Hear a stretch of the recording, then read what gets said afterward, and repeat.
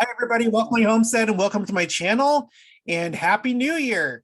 I guess it depends on when you watch this, but I wanted to go over just roughly all the things that I've noticed this year that are noteworthy, that are, I think, signs of the times and significant. So if you haven't already, please make sure to subscribe, like this video. If you end up liking it, hit the notification bell, and please leave your comments, because I know that I don't have a comprehensive list of all the things that happened this year. This was another crazy year.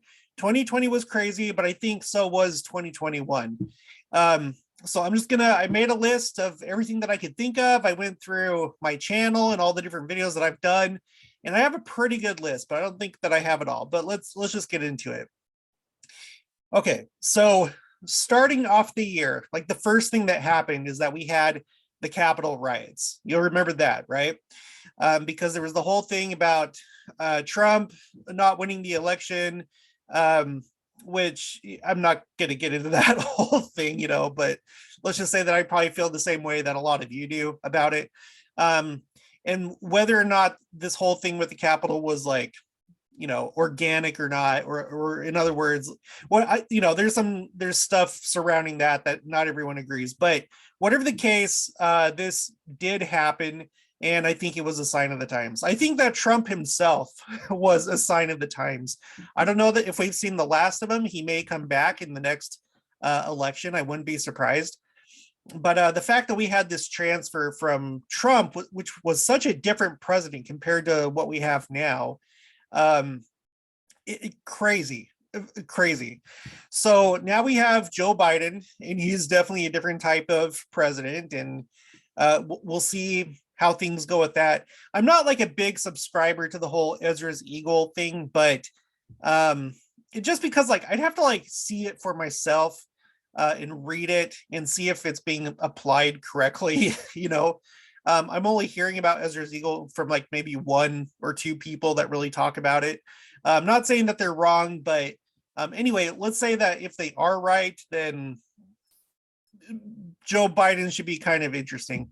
And I pointed out, not that he's like probably what a lot of us would consider a good guy or a good president.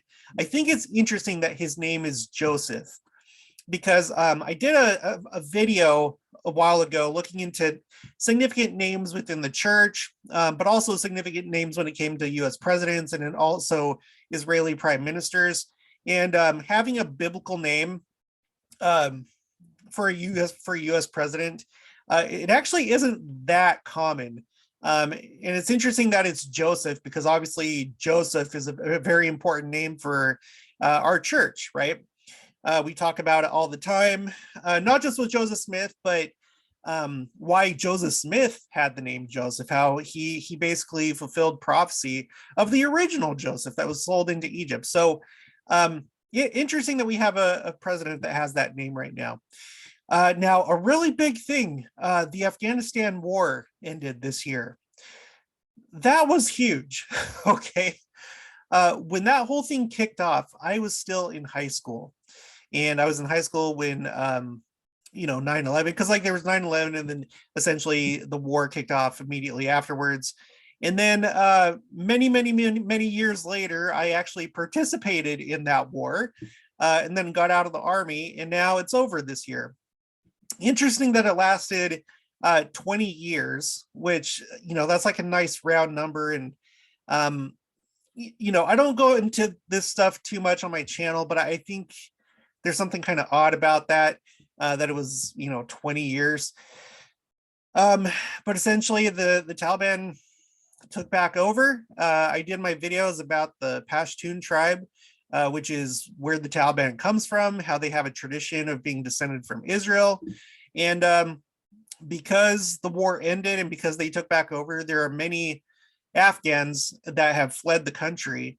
I'm sure some of which are Pashtuns. I don't think that all Pashtuns are Taliban. And now they're in other parts of the world where they're probably going to have exposure to the gospel. And like I pointed out before, we have a bunch that went to Utah, and there's many that have gone to Canada and Britain and Australia and like all these Western countries. So that was like a really big thing that the war ended this year. We still have COVID and the pandemic going on, and I'm with a lot of you. I don't think that it's like as big as a lot of people make it out to be. But what is big is the effect that it's having on the world, politically, economically. I don't need to tell you. So this is still ongoing. It started last year. It's continuing on into this year. There's been all these variants that have come up, and we haven't seen the end of it yet. So all of 2021 has been, a COVID year, unlike 2020 or unlike 2020, because, well, I can't remember when it was first noticed, but like it didn't really become a big thing, at least in the US, until like March and April, that time frame. So anyway, the point is, at least for the US, all of 2021, we've been dealing with COVID and all the things associated with it. So we're still going through that sign of the times. And I do think that it's a big one. I pointed out that President Nelson, he seemed to connect that with the D&C scripture that talks about commotion, which you'll just have to watch that video. But so that's still going on. Facebook, like the main company corporate name, changed to Meta. And you may not see that as a sign of the times, but I don't need to tell you, Facebook is a very powerful, very weird company, and they do a lot of really weird things. And this was just one of those things that came up. We'll have to keep an eye on that and see what they do with their business going forward. We had Richard Branson and Jeff Bezos go to space this year. If I remember right, these were the first like privately funded space flights, even though they just went to like low Earth orbit or whatever. Technically, it was a first, and you had those two that did that. So there was something new for space, and who knows what the implications of that are. We'll just have to watch that, but we're making, I guess, advancements, and who knows what their true intentions are. I'm not going to go into that whole thing, but some of you know what I'm talking about, some don't. Okay, we had that ship that was stuck in the Suez Canal, and that was kind of a big story for a while. We had this weird concert by Travis Scott where 8 people died. And if you haven't seen that story, it seems like it was more than just like a concert accident. So look that up. But that was like a very, very, very, very strange happening, and very dark and very evil, I must say. So just be careful how much you look into it. But we had that incident that occurred this year. If you don't know who Travis Scott is, he's like a rapster, basically. We had this really weird thing happen. I think this was around May or so, maybe April or May. There was a man that was swallowed by a whale. He didn't actually go into the whale's stomach, but he was in the mouth. So I guess you wouldn't say that he was swallowed, but he was in the mouth of the whale, he estimates, for about 30 to 45 seconds. And a lot of other Christian second coming groups took note of that, just because like there's a lot of like biblical imagery in that, right? We know that Jonah was swallowed by a whale. The book of Jonah is a book that's read during Yom Kippur, the holiest day of the year for Jews, the Day of Atonement. And I don't know if it was a sign, but like I feel like it's not every day that people get swallowed by whales. I've never heard of that happening before. In fact, I know that I've had doubt in my mind about, well, not doubting the story of Jonah, but that it must have been very, very miraculous, obviously. Well, I guess he was there for 3 days and nights, so obviously it was a miracle that he survived. But I think we've all had that thought, like, what would that happen, or what would happen to someone aside from a prophet if they were swallowed by a whale? Well, we just found out this year. And he was only there for half a minute. Are there spiritual implications? Possibly. We know that Jonah was a prophet that was called to a wicked nation, city, Nineveh, and the Lord wanted him to call them to repentance, and they weren't a Jewish city, right?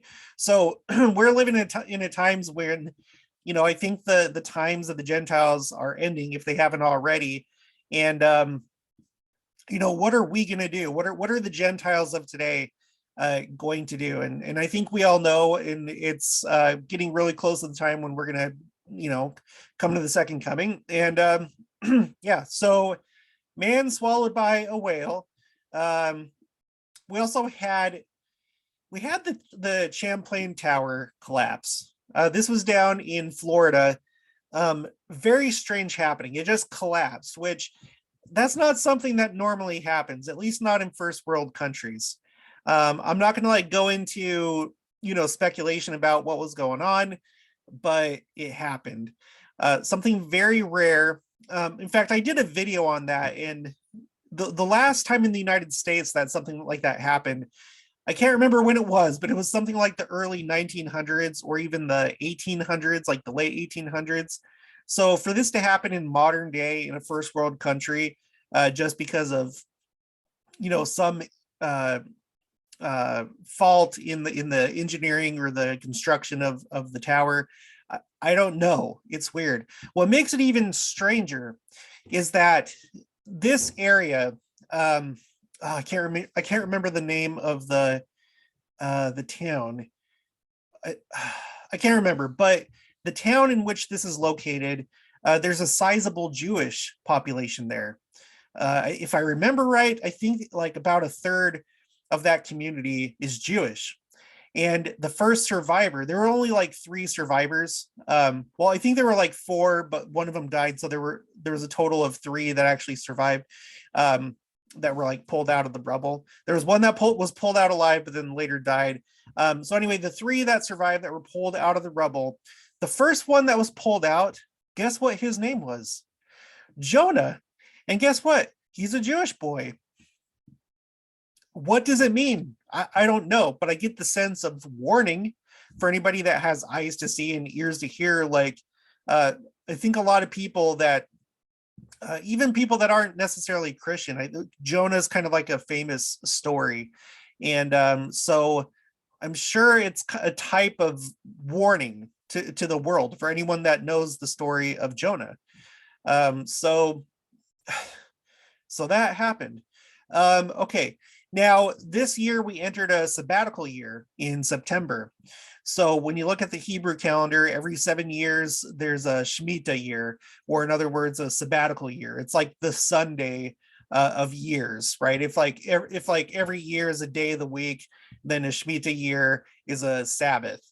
So we're in the Shemitah year of the Hebrew year of 5782. Will anything happen between now and next September that's associated with this Shemitah? Who knows? We'll just have to watch. That's the point of this YouTube channel, is to watch the signs of the times, watch all sorts of news, both in the church and in Israel and in Judaism and throughout the world. So we'll see. Okay, so this year we had Naphtali. Oh, by the way, I should have said this at the very beginning of the video. Behind me, that's the skyline for Kansas City. So it's basically, well, it's not the closest major city to where we live. Oklahoma City is, but after that, it would be Kansas City. And this is a design that I've made. I've done a whole series of all these skylines, and made them in this kind of style with the glowing blue type look. So this is something that I actually sell on things like keychains and blankets and so forth. So in case you were wondering, that's why I have this skyline in the background. Okay, now in Israel, Naphtali Bennett became the prime minister, ousting Benjamin Netanyahu after he was there for 12 years as prime minister. So this is something that we haven't seen. We haven't seen a different Israeli prime minister for other than Benjamin Netanyahu for 12 years. That's a pretty interesting number, obviously. I can't substantiate this, but I know that I've heard on other channels that there was a rabbi that had told Benjamin Netanyahu that he would be the one, he would be the prime minister of the Messiah when their Messiah came. Or that he would be the last prime minister. So I probably shouldn't have even brought it up because I can't really substantiate that, but that might be something that you want to look into if that interests you. But the fact of the matter is, in a very unlikely political move, Naftali Bennett and all these different minority parties, they teamed up and they were able to get him out of office. So we'll have to see what happens with that. Naphtali, that's obviously a name of one of the tribes of Israel, so that's kind of interesting. Before that, Benjamin Netanyahu, that's another name of one of the tribes of Israel. So anyway, we'll have to see what happens with Naftali Bennett, but that happened this year. An uncommon thing, another uncommon thing happened this year. We had the name of God in Hebrew show up on the Temple Mount on the east side, the outer wall facing the Mount of Olives. It wasn't the full name, it was missing the last letter, but it was so these were vines that are growing on the wall, okay? And it's not the full name, it's just the first 3 letters, but it just so happens that it's in Hebrew, and the type of calligraphy is the type that would be found in sacred text or in scrolls. The letters are the right proportion in spacing and along the same line as each other, as though it was like actually being intentionally written out. So yeah, that happened. And then it's been confirmed by a couple different sources. And then we had a Levite, Yair Levite. This was one of my first videos on this channel. He is the first Levite to sing on the Temple Mount in 2,000 years. So that happened. We also have the first time in 2,000 years that rabbis gathered together on the Temple Mount to implement biblical law. They had like a big discussion, and a gathering like this up until now has been impossible, but they did it this year. We also have record numbers of Jews ascending the Temple Mount, like more than any other time ever for 2,000 years, obviously. So we've hit more records this year in terms of Jews visiting the Temple Mount. So in other words, they're having more and more of a presence there. And it's making the Arabs and Palestinians a little bit nervous. We had this bizarre fire on the Temple Mount. This was on Jerusalem Day when the Jews were celebrating the 6-Day War, where essentially they got control of Jerusalem, specifically the east side of Jerusalem. And they claim it as their capital, the whole of Jerusalem as their capital.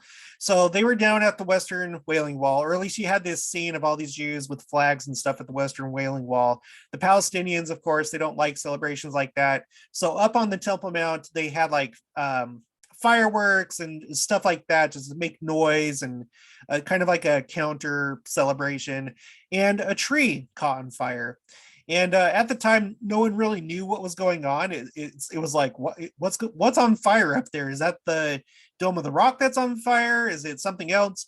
Well, it was just a tree, but it really caused kind of a stir just because of how it looked. And there were Jews that actually took it as a serious sign. There was one rabbi that believed that this was a sign that the Messiah is imminent. So there's been a lot of talk like that lately in Judaism about a coming Messiah coming soon. Let's see. We also had wildfire smoke completely covering the sky above the Temple Mount this year. Wildfires have been bad all throughout the world, but including Jerusalem. And there was a lot of like really thick smoke that went over the Temple Mount, and it produced a really apocalyptic scene, right? The interesting thing is that particular fire, it started on the first day of grape harvest in Israel. So now this of course, this was before the sabbatical year started. But yeah, so there was like a really biblical looking scene over Jerusalem, and specifically over the Temple Mount. And I think that things like that are things that we need to pay attention to. Okay, this is also the year that Pope Francis, he did that very bizarre trip to to a ziggurat. Ur is the city that Abraham is from, but that he left. Even though they don't have our scripture, they don't have the pearl of great price.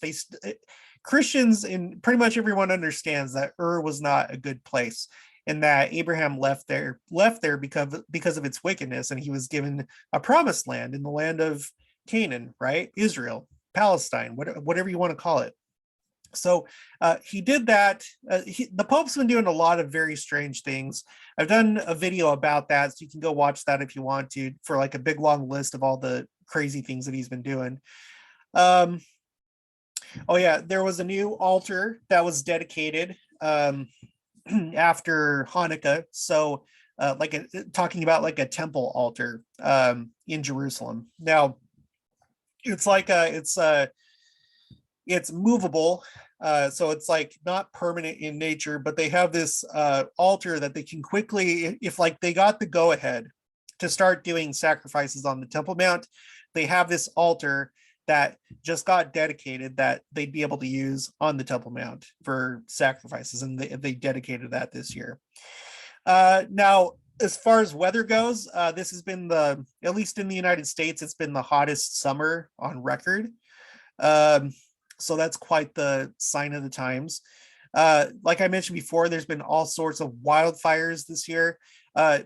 Namely, like the really notable ones have been in Siberia, massive wildfire in Siberia. California was really bad this year. In fact, they had the Dixie Fire, which was the second largest fire in state history. It came pretty close to the number one spot, but it didn't make it. The whole of the Pacific Northwest, including up in Canada, in British Columbia, crazy wildfires.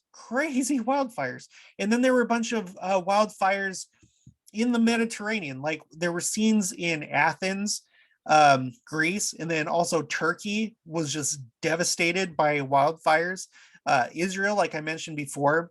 There's this crazy video that you can find of Greece, though, where there's like this resort area, and the people are on the beach and they're trapped because like the wildfire is coming in from the other side, this like mountainous area, and they can't go anywhere, so they had to escape by ship. So the world is on fire right now, literally. What else do we have? Lots of locusts in Africa. This year we had 3 earthquakes that were 8.0 or above, as well as many like larger 7.0. When I say 7.0, I mean like 7 on the Richter scale, larger than 7, on the larger side of the 7.0 to 7.9. You know what I'm talking about. So there's been a lot of really big earthquakes this year. There's the drought that's affected the Western United States, and that's a big thing. There's like water levels for places like Lake Mead, I think Lake Powell, and then like the other, what was that other one in California? I can't remember it right now. But anyway, water levels of these like reservoirs and lakes and stuff like that, they're down really low. So we have the big drought that's hitting the Western United States. We had Hurricane Ida, which was essentially Hurricane Katrina, part 2. It wasn't as strong as Hurricane Katrina, but it still did a lot of damage, and it was really bad. We had this outbreak of tornadoes just recently, just within the last few weeks, where there were just like all these tornadoes. But one really notable tornado that I've done a video on, it's called the Quad State tornado, starting in Arkansas, going into that little weird part of Missouri, and then a little bit into Tennessee, and then up into Kentucky. Now, the thing about that tornado is that the last I checked, it traveled 227 miles. Most tornadoes on average only go for about 3.5 miles. So going 227 miles, yeah, it broke records. But not only that, if that wasn't strange enough, I showed you in that one video how the path of the tornado, not that going from southeast to northeast or southwest to northeast is uncommon. That's like the way that that tornadoes travel in the northern hemisphere. That's typical. But what isn't typical is that it perfectly traced the southern part. Like if you look at this eclipse that's coming up in 2024, that everyone's looking at that eclipse because it's part of like these two eclipses that make a X over America. The first one was in 2017. That one went the path of totality went over Independence, Missouri, and then this one that's coming up in 2024, the path of totality goes over Palmyra, New York, and Kirtland, Ohio, all places where the Lord has personally appeared, and that he will personally appear as far as like Independence goes, Independence, Missouri. So this path of totality in 2024, the tornado traced exactly the bottom part of the path, like the southernmost edge of the path. It traced it. It went, and not only did it trace it, so not only was it a record-breaking tornado as far as how far it went, and not only is it strange that it traced the exact path of the eclipse, but it did it like almost perfectly. So if you take the two eclipses and you take the intersection point, and if you drew a straight line down, that it would intersect the path of the tornado like right in the middle. Okay, so it's as though that tornado's path like perfectly underscored the intersection point of the two eclipses. Very odd, very, very odd. So we had that happen. We had Comet Leonard, which was a once in a lifetime comet that came by this year. We've had the longest lunar eclipse in 500 years in 2021. There were floods like crazy in weird places that you don't typically see, like really large flooding, like in Europe, in all these different countries, not just like one. There were just crazy scenes in Spain, in Germany, in France, I think in Switzerland, I know in Italy, even the UK had crazy flooding. And then there was flooding in the United States as well. Notably, there was like this big flooding happening down in southern Utah in Enoch, of all places. And I'm not just talking about like just flood. I'm talking about like major flooding that's like sweeping away cars and destroying houses and all that kind of stuff. Okay, you should watch channels like The Two Preachers, and also Jason A. They cover this a lot better. But the flooding this year has just been out of control. And it was in the Middle East too. There was like crazy flooding like out in the desert.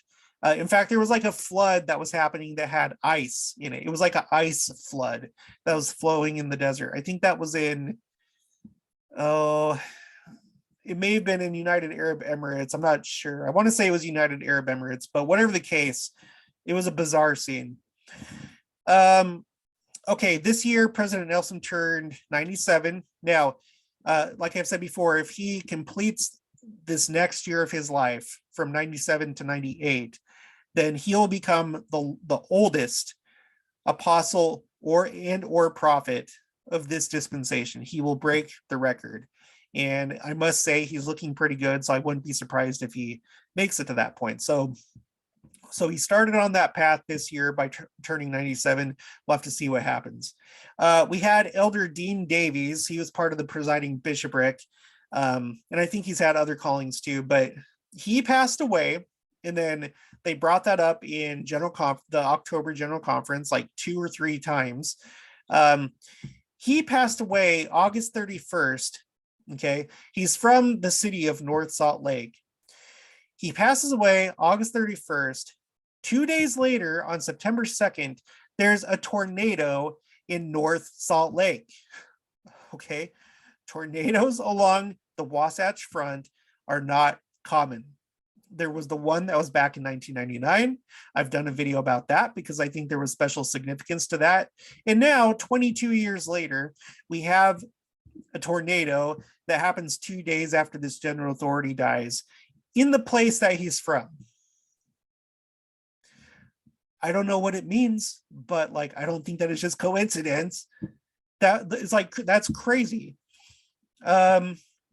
This is the year that the first presidency put out the first presidency message about COVID and getting the shot, and that caused a big uproar. And I understand why.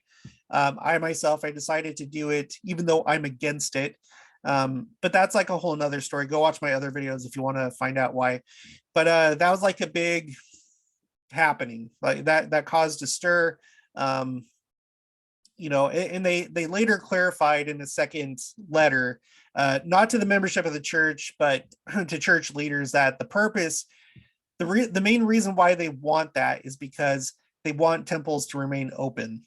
Okay, because they're really focused on temple work, and I would say that they want as much of it done as possible before the second coming, so as many people as possible can have their ordinances done and be resurrected.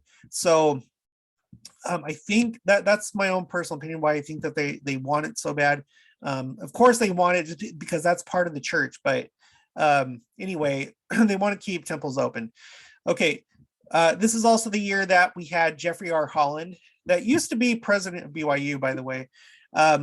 He went to BYU and he gave, for the opening of the school year, he talked to faculty and staff in a talk, and he ruffled a lot of feathers because he essentially, in a very Christ-like way, threatened funding and careers and let them know, put them on notice that the status quo cannot continue to be the status quo, that things need to change down there, because there's a lot of professors that are going off the rails, that are actually like going contrary to church doctrine and becoming hostile toward the church. And there's a whole lot of that kind of stuff going on.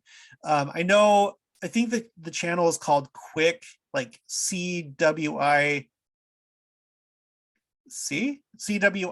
I'm not sure, but there's a guy that covers that a lot. Sorry, I should know the name. I've watched him a couple times, but he really keeps on top of the situation at BYU, so maybe go check him out. But yeah, BYU has been crazy. It's been crazy for a while, and I think that finally the general authorities have had enough, and so President or Elder Holland went down there and just let him know in a very nice, kind way that it wasn't going to be tolerated anymore, that this is the Lord's university, or at least like it's a university funded and created by the Lord's church, and sacred tithing funds are going to fund it, sizable amounts, and so that it's not acceptable for it to continue the way that it is. Okay, in the April General Conference, we had the most number of temples ever announced at one time. 20 temples were announced April General Conference by Russell M. Nelson. And this year he became the record holder as prophet who's announced the most temples during his presidency. He's announced 83 temples, and behind him, so he broke the record. Behind him now is Gordon B. Hinckley, who announced 73 during his presidency. That was during 12 years. This with President Nelson, it's only been like 4 years. So very, very rapid pace with constructing temples. Okay, and that's the end of my list. I'm sure that there's been a lot more. That's where you come in.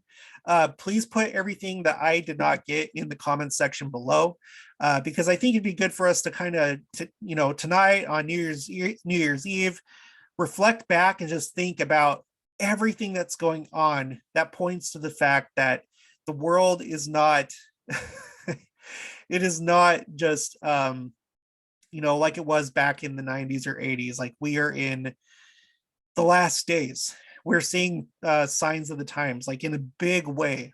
Strange things are happening. Wonders are happening. I can't wait. Like, I'm not scared, okay, because we shouldn't have fear if we're righteous. But I'm very interested to see what this next year holds for all of us, 2022. I think it's going to be a special year.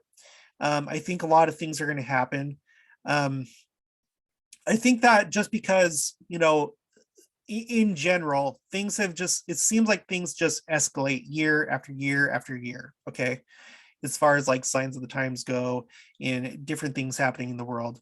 On top of that, like I mentioned earlier in the video, it's a Shemitah year. Okay, that's going to be going until, I don't know when Rosh Hashanah is in 2022, but it should be sometime either in September or October. So from now until then, we're still in the sabbatical year, which I don't know if that factors in. It probably does, but we should just keep that in mind. Let's watch the church. Let's keep on top of church news, see what kind of things are announced. If we're going to have more temples, I'm sure more temples are probably going to be announced this year. Maybe there'll be new changes to the church. We'll have to keep an eye on Israel and Jerusalem and the Temple Mount and all this stuff to see what progresses there.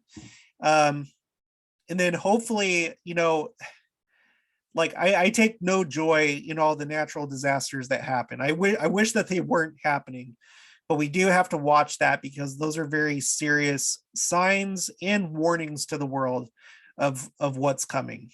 And we don't know when it's going to happen, but I think if you're watching this channel, you're probably thinking that within the next 5, 10, 15 years, something like that, is when the official final second coming is going to happen. So let's just watch. Let's be it, like Watcher Palmer says, let's be a community of watchers. And let's just see what happens this next year. I hope you guys have a happy new year. Please be safe and have a good time with your family. And I'll talk to you guys later.